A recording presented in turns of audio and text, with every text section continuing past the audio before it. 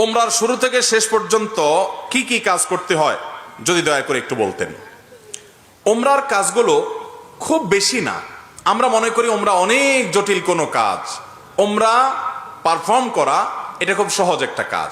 সর্বপ্রথম কাজ হলো আপনার দেশ থেকে আপনি যখন যাবেন মিকাতে গিয়ে গোসল করে উত্তম রূপে হাতের চুল নখ ইত্যাদি, শরীরের চুল নখ ইত্যাদি থাকলে অবাঞ্ছিত এগুলো কেটে পরিষ্কার হয়ে ফ্রেশ হয়ে গোসল করে এহরামের কাপড়, সেলাই ছাড়া কাপড় পরবেন, পরে লাব্বাইকা উমরাতান নিয়ত করবেন। কারো পক্ষ থেকে করলে লাব্বাইকা উমরাতান আন অমুক অমুক মনে মনে নিয়ত করলে হবে, জমুকের তরফ থেকে লাব্বাইকা উমরাতান, বাস নিয়ত করে ফেললেন। এরপরে আপনি রওনা দিবেন। সাধারণত বিমানে গেলে মিকাত থেকে এহরাম পরা যায় না, তাহলে আপনি ঢাকা এয়ারপোর্ট থেকেও পড়তে পারেন, অথবা এহরামের কাপড় নিয়ে বিমানে ঘোষণা দেয় যে এখন আমরা মিকাত ক্রস করব, তখন আপনি পরে ফেলতে পারেন যদি অল্প সময় পান। আর নাহলে এখান থেকে এহরামের কাপড় পরে থাকলে নিয়তটা তখন করলেন লাব্বাইকা উমরাতান, বাস শুরু হয়ে গেল এহরাম পরা, একটা কাজ শেষ। এহরাম পরার পরে আপনি তালবিয়া পড়বেন, লাব্বাইক আল্লাহুম্মা লাব্বাইক লাব্বাইক লা শারীকা লাক লাব্বাইক ইন্নাল হামদা ওয়ান নি'মাতা লাকা ওয়াল মুলক লা শারীকা লাক। এটা পাঠ করতে করতে আপনি পুরো পথে যেতে থাকবেন। পুরুষরা জোরে জোরে পাঠ করবে, মহিলারা আস্তে আস্তে, বাস দুইটা কাজ হয়ে গেল। এহরাম পরা, গোসল করে উত্তম রূপে মিকাত থেকে নিয়ত করা এবং তালবিয়া পড়তে থাকা। এরপরে আপনি যখন মক্কা যাবেন, হারামের কাছাকাছি যাওয়ার পর হারামে কাবা শরীফ দেখে তওয়াফ শুরুর আগ পর্যন্ত আপনার তালবিয়া পড়তে থাকবে। মসজিদে প্রবেশের সময় মসজিদে প্রবেশের সুন্নাহগুলো পড়বেন, আদায় করবেন, করে ভিতরে ঢুকে শুরুতে আগে তওয়াফ শুরু করবেন। 7টা চক্কর দিবেন। কাবা ঘরের হাজরা আসওয়াদ পাথরকে বাম পাশে রেখে ডান পাশে সবুজ লাইট রেখে বিসমিল্লাহি আল্লাহু আকবার বলে আপনি তওয়াফ শুরু করবেন। 7বার চক্কর দিবেন, 7বার। এই 7বার চক্করের প্রত্যেক চক্করে আলাদা দোয়া নেই, তবে এই চক্করে দোয়া কবুল হয়। দারুণ দোয়া কবুলের একটা জায়গা। মনে আল্লাহর কাছে যত চাওয়া সেগুলো পেশ করবেন। এবং আপনি রুকনে ইয়ামানি বলে কাবার 4টা কোণার একটা কোণাকে, অর্থাৎ হাজর আসওয়াদ পাথর যে কোণা তার আগের যে কোণাটা আছে তওয়াফ করতে যেটা তার আগে পড়বে ওইটাকে রুকনে ইয়ামানি বলে। ওই কোণা থেকে হাজর আসওয়াদ পাথর কোণা, এই দুটার মাঝখানে একটা দোয়া আছে, রব্বানা আতিনা ফিদ দুনিয়া হাসানা ওয়া ফিল আখিরাতি হাসানা ওয়া কিনা আযাবান নার।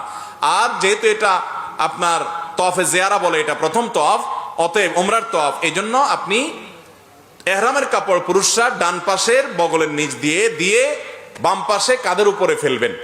এটা করবেন। এটা করে আপনি এই তওয়াফটা শেষ করবেন।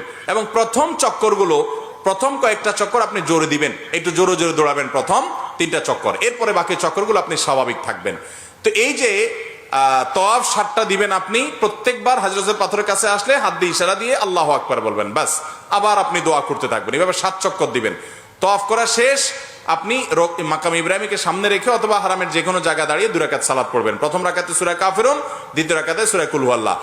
আর এই নামাজের আগে সম্ভব হলে কাবা ঘরের যে চৌকাট মুলতাজাম বলে ওইটা ধরে আপনি আল্লাহর কাছে দোয়া করবেন। এরপরে 2 রাকাত নামাজ পড়লেন, পড়া শেষ, জমজমের পানি পান করে আপনি সাফা মারওয়া সাই করবেন। প্রথমে সাফা পাহাড়ে যাবেন এবং পড়বেন যে ইন্নাস সাফা ওয়াল মারওয়াতা মিন শাআইরিল্লাহ ফামান হাজ্জাল বাইতা ওয়া তামারা ফালা জুনাহা আলাইহি আন ইয়াতাওয়াফা বিহিমা। পুরো আয়াত পড়তে না পারলে ইন্নাস সাফা ওয়াল মারওয়াতা মিন শাআইরিল্লাহ এটুকু পড়লেও চলবে, যে সাফা এবং মারওয়া আল্লাহর নিদর্শনের অংশ। এরপর আপনি সাফা পাহাড়ে দাঁড়িয়ে লা ইলাহা ইল্লাল্লাহু ওয়াহদা আনজাযা ওয়াদা ওয়া নাসারা আবদা ওয়া হাযামাল আহজাবা ওয়াহদা এটা পড়বেন। এবং লা ইলাহা ইল্লাল্লাহু ওয়াহদাহু লা শারীকা লাহু লাহুল মুলকু ওয়া লাহুল হামদ ওয়া হুয়া আলা কুল্লি শাইইন কাদির এটা পড়বেন। এরপর আপনি কিবলার দিকে ফিরে 2 হাত তুলে, ওই যে কাবা শরীফের দিকে ফিরে 2 হাত তুলে মন খুলে দোয়া করবেন। দোয়া কবুলের জায়গা সাফা পাহাড় থেকে নবী সাল্লাল্লাহু আলাইহি ওয়াসাল্লাম সর্বপ্রথম ইসলাম প্রকাশ্যে প্রচার শুরু করেছেন, সেই স্মৃতি বিজড়িত জায়গা আপনি দোয়া করবেন। এটা ইব্রাহিম আলাইহিস সালাম এবং ইসমাঈল আলাইহিস সালাম এবং মা হাজারার স্মৃতি বিজড়িত জায়গা। যাই হোক, সাফা পাহাড়ে দোয়া করার পর এরপরে আবদাউ বিমা বাদা আল্লাহু বি, আল্লাহ সাফার নাম আগে শুরু করছেন, তো আমি এখান থেকে সাই করা শুরু করছি। হেঁটে যাবেন হলো কোথায়? মারওয়া যাইতে মাঝখানে 2টা সবুজ লাইটের জায়গা পড়বে, ওখানে পুরুষে একটু জোরে হাঁটবেন, বাস এইটুকু।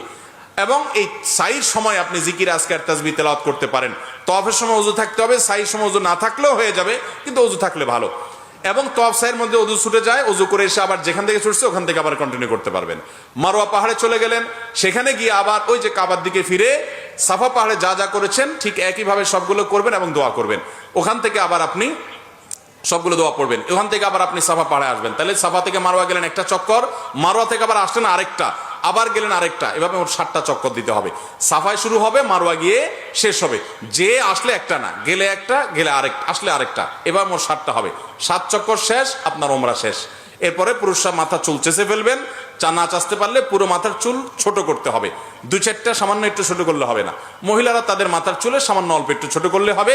তাদের এহরাম হলো তারা স্বাভাবিক পোশাক আশাক পরবে, অতিরিক্ত সাজসজ্জা করবে না, এবং তারা মুখমণ্ডল এটার উপরে যদি ওড়না দিতে হয় অন্য পুরুষরা থাকে তাহলে সেটা যাতে আপনার মুখ বেঁধে রাখা না হয় সেটা খেয়াল রাখবে, কাপড় টেনে রাখবে যাতে পরপুরুষরা না দেখতে পারে। আর কোথাও পরপুরুষ না থাকলে মুখ খোলা রাখবে এহরাম পরা অবস্থায়। আর এহরাম পরা অবস্থায় পুরুষরা সুগন্ধি ব্যবহার করবে না, সেলা আলা পোশাক পরবে না, আন্ডারওয়্যার পরবে না, মাথায় টুপি মাথা ঢাকবে না, এই সমস্ত কাজ করবে না। কোনো পশু পাখি এমনকি আপনার মশা টশা ইত্যাদিও মারবে না, যথাসম্ভব তাড়িয়ে দিবে। অর্থাৎ এক কথায় এহরাম পরা অবস্থায় নিষিদ্ধ কাজগুলো সব করবে না। সাফা মারওয়ার সাই শেষ, মাথা মুন্ডানো শেষ, এখন তিনি হালাল হয়ে গেলেন। এখন যেগুলো নিষিদ্ধ ছিল এহরাম অবস্থায় সেগুলো সব এখন যায়, সেলাই করা পোশাক পরতে পারেন। তার ওমরা শেষ হয়ে গেল। অত্যন্ত সহজ এবং খুব আপনার অল্প কয়েকটা আমল এর মাধ্যমে ওমরা